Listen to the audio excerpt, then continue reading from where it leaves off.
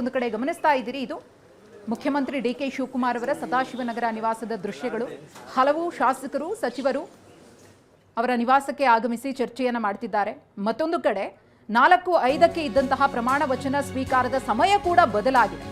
ಇನ್ನು ಯಶವಂತರಾಯಗೌಡ ಅಭಿಮಾನಿಗಳು ಆಕ್ರೋಶವನ್ನು ಹೊರಹಾಕ್ತಾ ಇದ್ದಾರೆ. ಶಾಸಕರಿಗೆ ಸಚಿವ ಸ್ಥಾನ ನೀಡದಿದ್ದಕ್ಕೆ ಬೆಂಬಲಿಗರು ಕಿಡಿಕಾರಿದ್ದಾರೆ.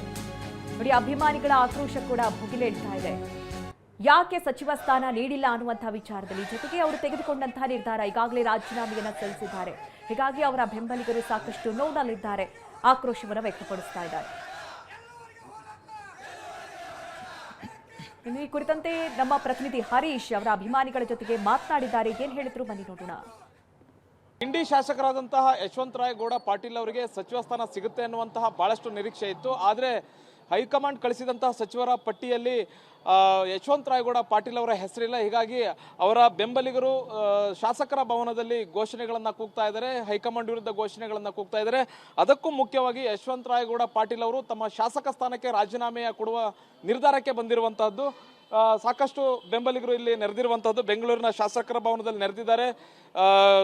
ಸರ್ಕಾರದ ವಿರುದ್ಧ ಘೋಷಣೆಗಳನ್ನು ಕೂಗ್ತಾ ಇರುವಂತದ್ದು, ಪಕ್ಷದ ವಿರುದ್ಧ ಘೋಷಣೆಗಳನ್ನು ಕೂಗ್ತಾ ಇರುವಂತದ್ದು.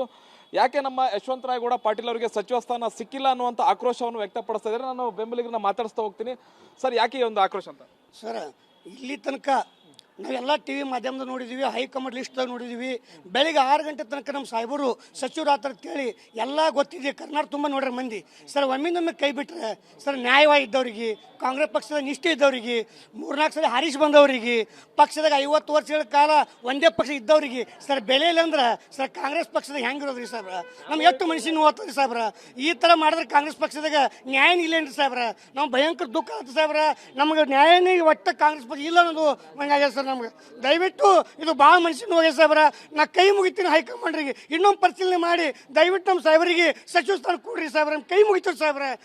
ಈಗ ನಿಮ್ಮ ಶಾಸಕರು ರಾಜೀನಾಮೆ ಕೊಡುವಂತ ನಿರ್ಧಾರಕ್ಕೆ ಬಂದಿದ್ದಾರೆ. ರಾಜೀನಾಮೆ ಲೆಟರ್ನು ಕೂಡ ಸ್ಪೀಕರಿಗೆ ಕಳಿಸಿರುವಂತಹದ್ದು. ಇದ್ರ ಬಗ್ಗೆ ಏನ್ ಹೇಳ್ತೀರಿ? ಸರ್, ನಮ್ಮ ಸಾಹೇಬರು ನಿರ್ಧಾರ ಮಾಡ್ಬೇಕಾರ ಅವ್ರು 40-50 ವರ್ಷ ರಾಜಕೀಯ ಒಳಗೆ ಪಳಗ್ಯಾರ ಸರ್. ಅವ್ರಿಗೆ ಅನುಭವದ ಸರ್.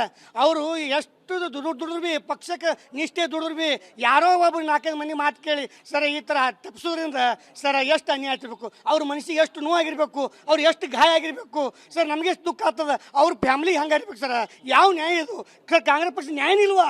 ಕೊನೆ ಕ್ಷಣದವರೆಗೂ ಯಶವಂತರಾಯಗೌಡ ಪಾಟೀಲ್ಗೆ ಸಿಗುತ್ತೆ ಅನ್ನುವಂಥದ್ದು ಇತ್ತು. ಯಾಕೆ ತಪ್ತು ಅಂತ ಸರ್? ಅದು ಜಿಲ್ಲೆಯ ರಾಜಕಾರಣಿಗಳು ಕೊನೆ ಕ್ಷಣದಲ್ಲಿ ಕುತಂತ್ರವನ್ನು ಮಾಡಿ ಹೈಕಮಾಂಡ್ಗೆ ಒತ್ತಡವನ್ನು ತಂದು ಇವರಾದರೆ ಇನ್ನೊಂದು ಶಕ್ತಿ ನಮ್ಮ ಜಿಲ್ಲೆಯಲ್ಲಿ ಬೆಳೀತದೆ, ಅದು ಬೆಳಿಬಾರ್ದು ಅನ್ನೋ ದೂರದೃಷ್ಟಿಯಿಂದ ಇದು ಮಾಡಿದ್ದಾರೆ. ಅವರಿಗೆ ದೇವರು ಒಳ್ಳೇದು ಮಾಡೋದಿಲ್ಲ. ಯಾಕಂದರೆ 3 ಸಲ ಜಿಲ್ಲಾ ಪಂಚಾಯತ್, 3 ಸಲ MLA, ಸಾಕಷ್ಟು ಜನರ ಜೊತೆ ಬೆರೆತಿದ್ದಂಥ ನಾಯಕರಿಗೆ ಅನ್ಯಾಯ ಆದರೆ ಕಾರ್ಯಕರ್ತರು ಸುಮ್ ಕುಂದಿರೋದಿಲ್ಲ. ಅವ್ರು ಯಾವ ನಿರ್ಧಾರ ಮಾಡಿದ್ರು ಕಾರ್ಯಕರ್ತರು ಅವ್ರ ಜೊತೆ ಇರ್ತಾರೆ. ಯಾಕೆ ಇಷ್ಟೊಂದು ನೋವಾಗಿದೆ ಅಂತ ಯಶವಂತಗೌಡ ಪಾಟೀಲ್ ಶಾಸಕ ಸ್ಥಾನಕ್ಕೆ ರಾಜೀನಾಮೆ ಕೊಡುವಷ್ಟು? ಕೊನೆ ಕ್ಷಣವರೆಗೂ ಬೆಳಗ್ಗೆ ತನೂ ನಮ್ಮ ಶಾಸಕರು ಮಂತ್ರಿ ಆತರ್ತೇಳಿ ಇಡೀ ಮತಕ್ಷೇತ್ರದ ಸುಮಾರು ಸಾವಿರಾರು ಕಾರ್ಯಕರ್ತರು ಆಗಮಿಸ್ತಿದ್ದೀವಿ. ಇಂಥ ಪೊಸಿಷನಲ್ಲಿ ಈ ನಮ್ಮ ಜಿಲ್ಲೆಯ ಅಧಿಕಾರ ಉಂಡವರು ಮತ್ತು ಈ ಉಳ್ಳಕತ್ತವರು ವಿರೋಧ ಮಾಡಿ ಹೈಕಮಾಂಡ್ ಮರುಪರೀಕ್ಷಿಸಿ ಅವ್ರು ಮತ್ತೆ ಸಚಿವ ಸ್ಥಾನ ಮಾಡಲೇಬೇಕು.